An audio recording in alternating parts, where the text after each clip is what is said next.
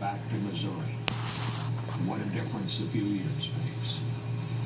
President Obama kissing his wife's hand as they're preparing to head down the steps to the helicopter and leave Washington.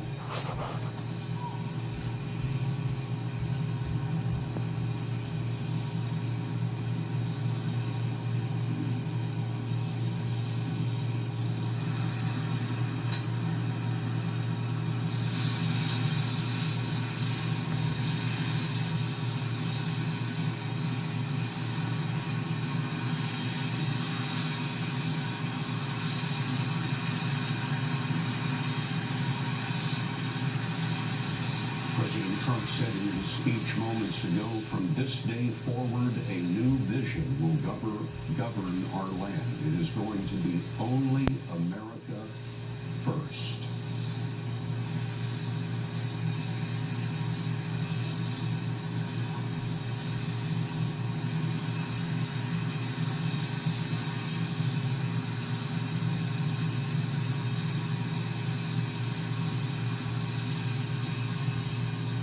The new vice president sending off the old. I remember the day that Ronald Reagan left and Sam Donaldson of ABC News shouted the question, and Barbara Bush, who was about to go to the White House, said, "Oh, he got his last shout."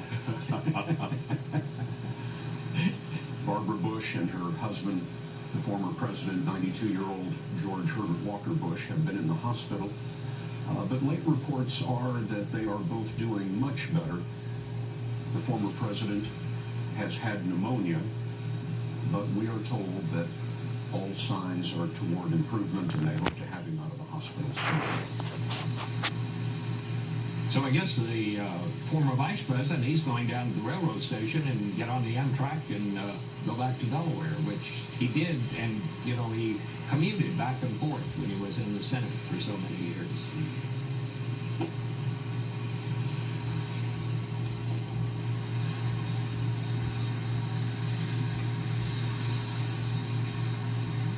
There has been a little bit of trouble in Washington.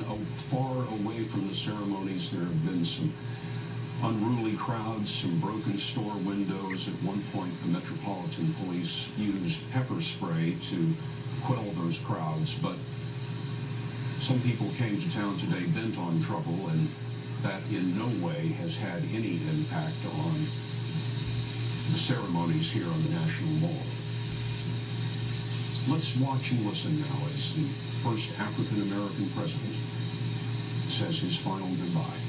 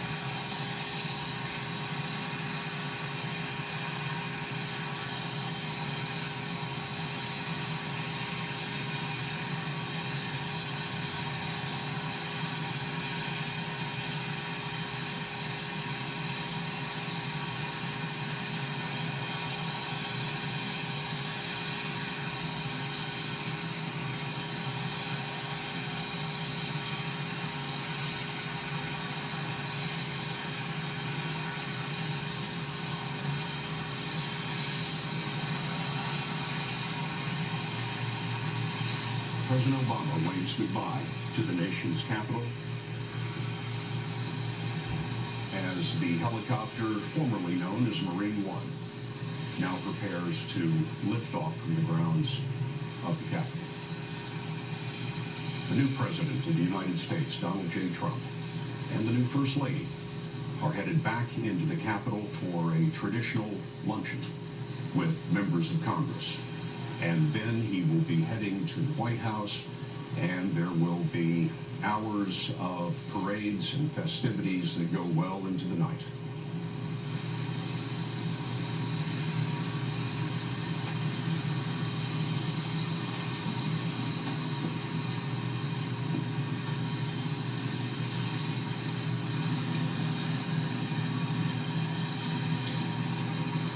President Obama said in his final news conference that he was looking forward to his time after the presidency.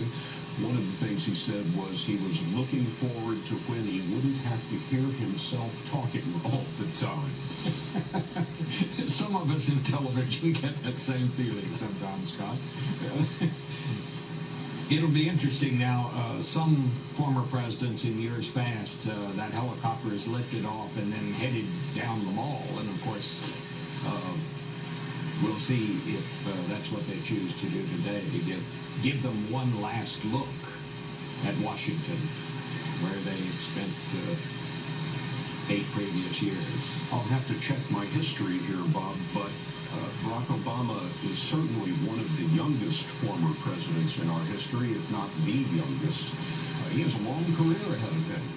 Yes, he does. And we'll now have 5 former presidents, which may be a record number. I'm trying to think back.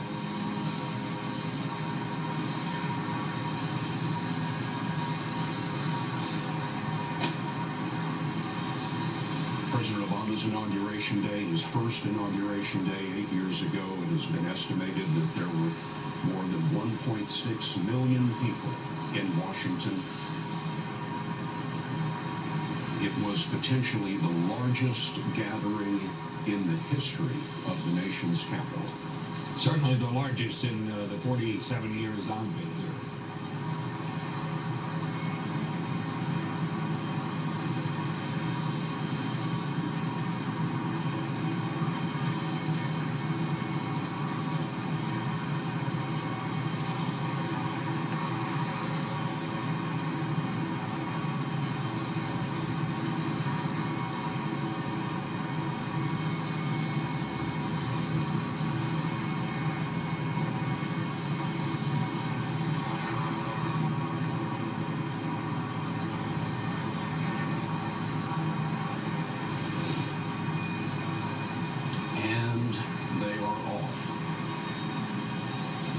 A symbolic end to our traditional transfer of power.